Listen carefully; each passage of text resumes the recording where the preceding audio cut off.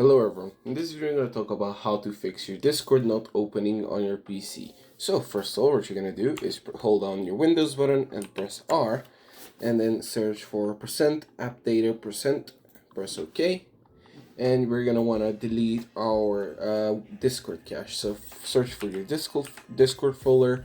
Once you found it, open it, and you're going to delete cache, code cache, and GPU cache.